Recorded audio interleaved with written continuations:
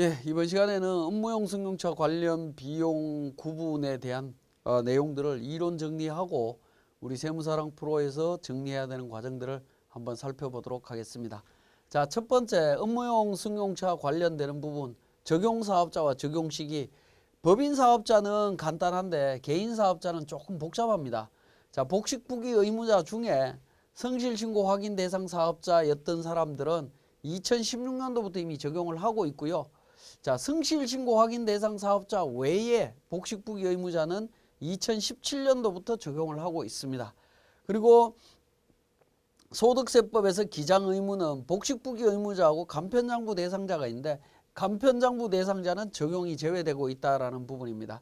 그래서 업무용 승용차와 관련되는 부분은 지금 현재 2018년도 기준으로는 복식부기 의무자는 성실신고 확인 대상 복식부기 의무자는 업무용 승용차 관련 비용을 구분 기장을 해야 된다라는 거 기억하시면 되겠고 간편장부 제외되고 있습니다.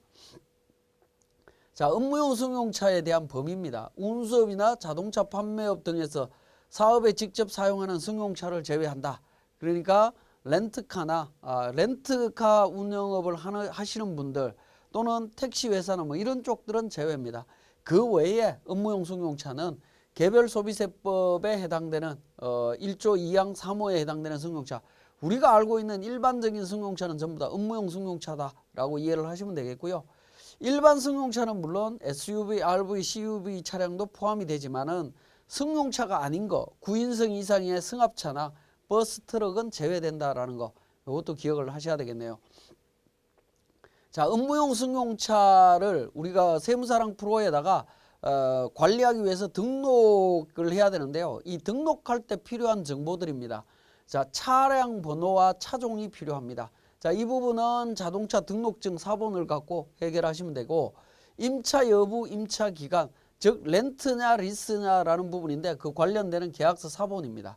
임직원 전용 보험 가입 여부, 요거는 이제 법인인 경우에는 임직원 전용 보험 가입 여부를 확인을 하셔야 되는데 개인사업자는 무관합니다. 해당 사항이 없다라고 보시면 되겠고요.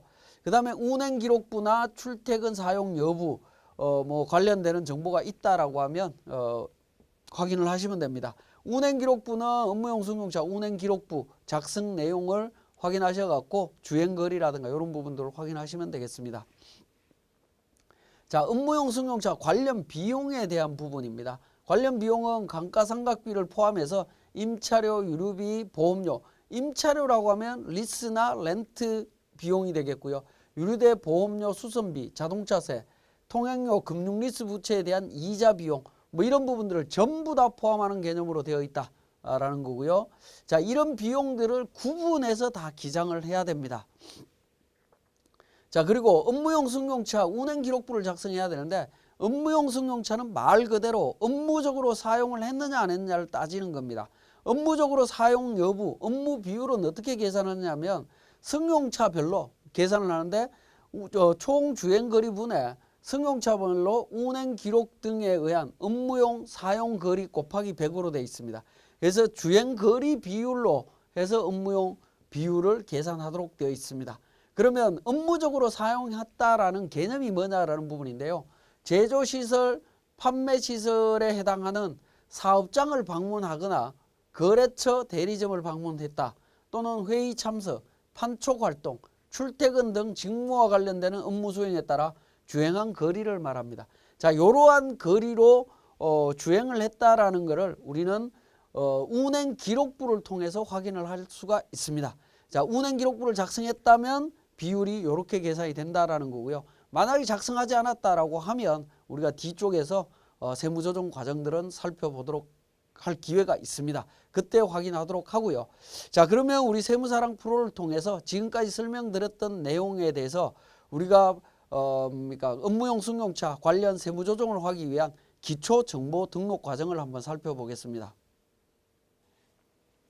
자, 교재 63페이지가 되겠습니다. 세무사랑 프로 운용 방법이라고 해서 업무용 승용차 관련 비용에 대한 필요경비 불산입 특례를 적용하기 위해서 기본적인 내용들이 이미 등록이 되어 있어야 되는데요. 자, 먼저 업무용 승용차 등록과 관련되는 부분입니다. 자, 자, 회계 관리에 기초 정보 관리에 가게 되면 업무용 승용차 등록이라고 하는 메뉴가 있습니다. 자, 이 업무용 승용차와 관련되는 부분은 업무용 승용차 등록이라고 하는 메뉴에다가 모든 정보를 등록을 해주시면 되겠습니다. 그래서 일련 번호로 해서 코드 번호를 부여를 하고요. 차량 번호, 차종을 등록을 하게 됩니다. 그 다음에 이제 사용 여부를 선택하시면 되겠고, 그 다음 보면 이제 오른쪽에 차량 상세 등록 내역이라고 해서 고정자산 계정 과목과 고정자산 코드명이라고 하는 부분을 등록하도록 되어 있습니다. 자, 이 부분은 우리가 감가상각비 계산과 관련되는 부분이라고 보시면 됩니다.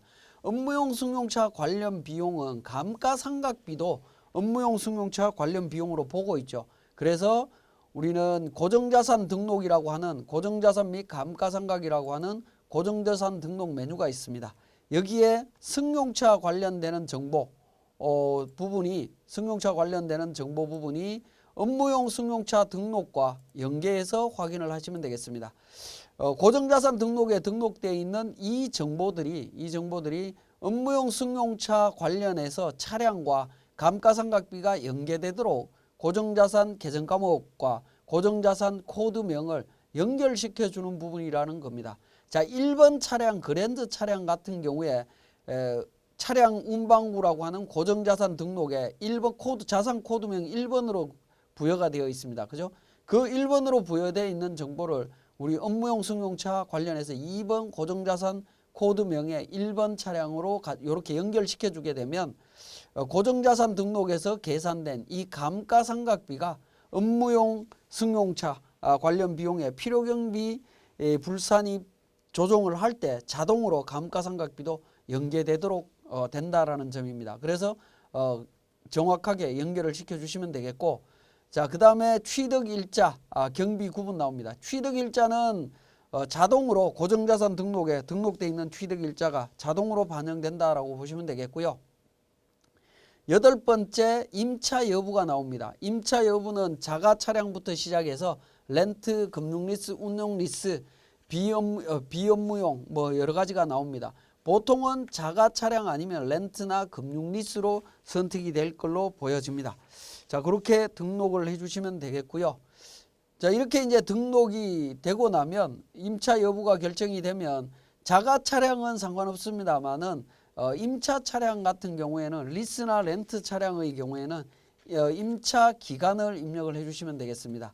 그리고 보험 가입 여부는 임직원 전용 보험인 경우, 즉 법인 사업자인 경우에는 가입 여부에서 가입과 미가입, 일부 가입을 선택을 해주시면 되는데 개인 사업자인 경우에는 임직원 전용 보험 가입 여부를 따지지 않기 때문에 무조건 가입을 선택해 주시면 되겠습니다. 가입 선택해 주시고요. 그 다음에 운행기록부 사용 여부가 되겠습니다. 자, 운행기록부 사용 여부는 회사에서 운행기록부를 작성하고 있다면 여로, 작성하고 있지 않다라고 하면 부로 체크를 해주시면 되겠습니다. 근데 운행기록부도 우리 세무사랑 프로에 보면 전표 입력에 업무용 승용차 운행기록부라고 하는 메뉴가 있습니다. 여기에서 작성하실 수 있는데 실무적으로는 회사에서 직접 작성해서 보관하는 자료를 갖고 업무를 진행하셔야 된다라고 보시면 되겠습니다.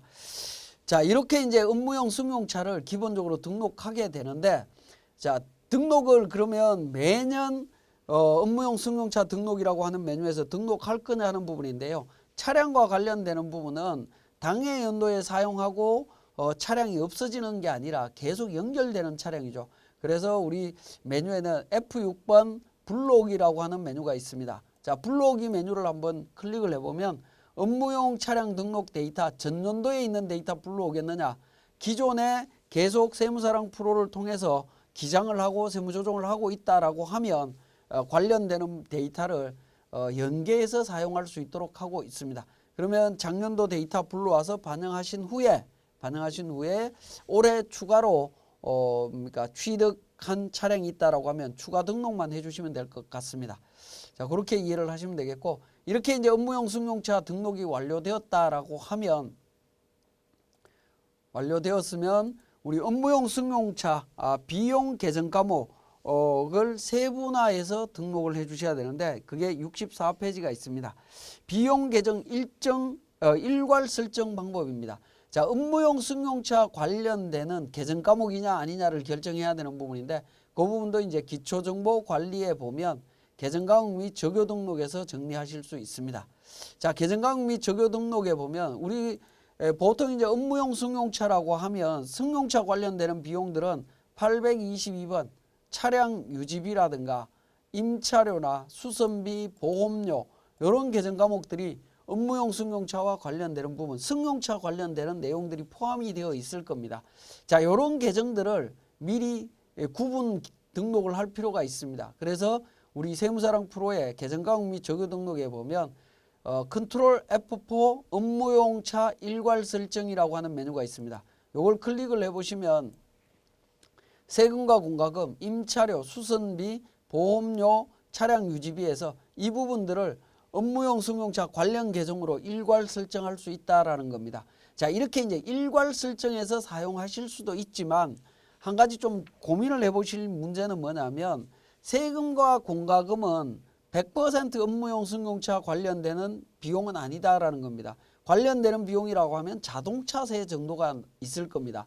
임차료는 리스료나 렌트 비용 이외에는 다른 비용들입니다. 그죠? 업무용 승용차 관련 비용이 아니죠. 수선비도 자동차 수선비 이외에는 다른 비용이고요.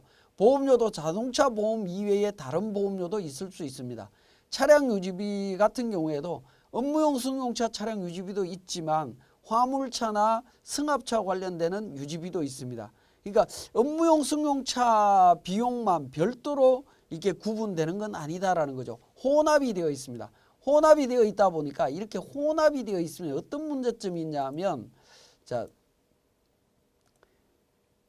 일반 전표 입력에서 제가 전표를 하나를 입력을 해 보겠습니다. 예를 들어서 1월 달이라고 가정을 하고요. 자, 1월 달에 출금 전표로 860번 제가 이미 860번을 업무용 승용차 관련되는 비용으로 등록을 해놨습니다. 조금 이따 설명을 드릴 텐데요. 자, 예를 들어서 유류대라고 가정을 하겠습니다. 유류대. 자, 비용 5만 원 나갔습니다. 자, 비용을 입력을 하고 나면 업무용 차량 정보를 등록을 해달라는 겁니다. 그래서 업무용 차량 말풍선을 통해서 차량 어떤 차량이냐 1번 차냐 4번 차냐 뭐 2번 차량이다 라고 가정을 하면 비용 구분에서는 유류대 보험료 수선비 자동차세 기타 임차료 여러 가지를 선택해 달라는 겁니다. 유류대. 그래서 확인 버튼을 누르고 진행을 할 수 있도록 되어 있습니다. 만약에 여기에 나와 있는 것처럼 지금 이런 방법으로 입력을 해야 되는데 일반적인 계정 과목인 차량 유지비라든가 보험료나 수선비 임차료 관련되는 부분을 일괄 설정하게 되면 굉장히 불편한 문제가 발생을 합니다. 승용차 관련되는 비용이 아닌 계정을 입력을 할 때 팝업 창이 계속 나타나기 때문에 업무 진행의 방해 요소로 작용할 수가 있습니다. 자, 그러한 부분 때문에 우리 교재 65페이지에 비용 계정 구분 설정 방법이라고 있습니다. 요거는 이제 선택 사항인데요. 선택 사항인데 등록을 하실 수가 있습니다. 제가 보면 저는 860번을 업무용 승용차 관련되는 유지 비용으로 별도의 계정 과목을 하나를 만들었습니다. 자, 이렇게 만들면서 오른쪽에 계정 과목의 성격을 경비로 성격을 부여를 했고 그 다음에 보시면 업무용 차 여부에 1번 업무용 차로 여부로 선택을 했습니다. 그리고 표준 재무제표에는 45번 코드로 해서 차량 유지비가 등록이 되도록 부여를 했습니다. 그래서 표준 재무제표까지 정상적으로 정리가 될 수 있도록 부여를 했다라는 겁니다. 이렇게 이제 계정 과목을 하나를 만들었습니다. 만들어서 입력을 하게 되면 업무용 승용차와 관련되는 부분은 오로지 860번 코드 번호로 입력을 하게 되면 굉장히 편리하게 작업을 하실 수 있습니다. 업무용 승용차 이외의 계정 내용들은 이제 그러니까 관련되는 계정 과목 및 적요 등록으로 하시면 되고 업무용 승용차는 860번에 있는 업무용 승용차 유지비라고 하는 계정 과목으로 이렇게 분계 처리를 해주시면 됩니다. 자, 만약에 이렇게 이제 회계 처리를 했다라고 하면 우리가 손익계산서나 이런 부분을 한번 보도록 하겠습니다. 자, 손익계산서를 한번 열어보면 하단 부분에 보시면 맨 마지막에 업무용 차량 유지비라고 해서 계정 과목이 어떻게 보면 좀 이상한 계정 과목이 하나가 나타나죠. 그러니까 관리용이니까 이게 가능하다라는 겁니다. 그러면 이제 제출용으로 가서 한번 보면 업무용 승용차 관련되는 계정 과목이 없습니다. 없으면서 차량 유지비 쪽에 전부 다 포함이 되도록 제가 설정을 해놨다라는 거죠. 자, 그 설정하는 방법은 F4번 통합 계정이라고 하는 부분에서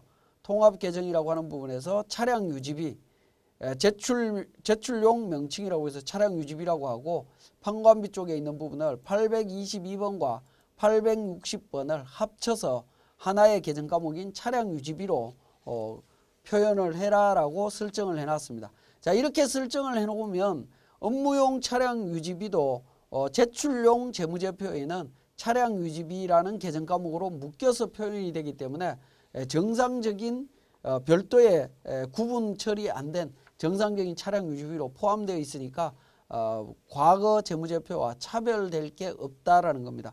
이런 형태로 구성해서 작업을 하게 되면 좀 더 편리할 걸로 보여집니다.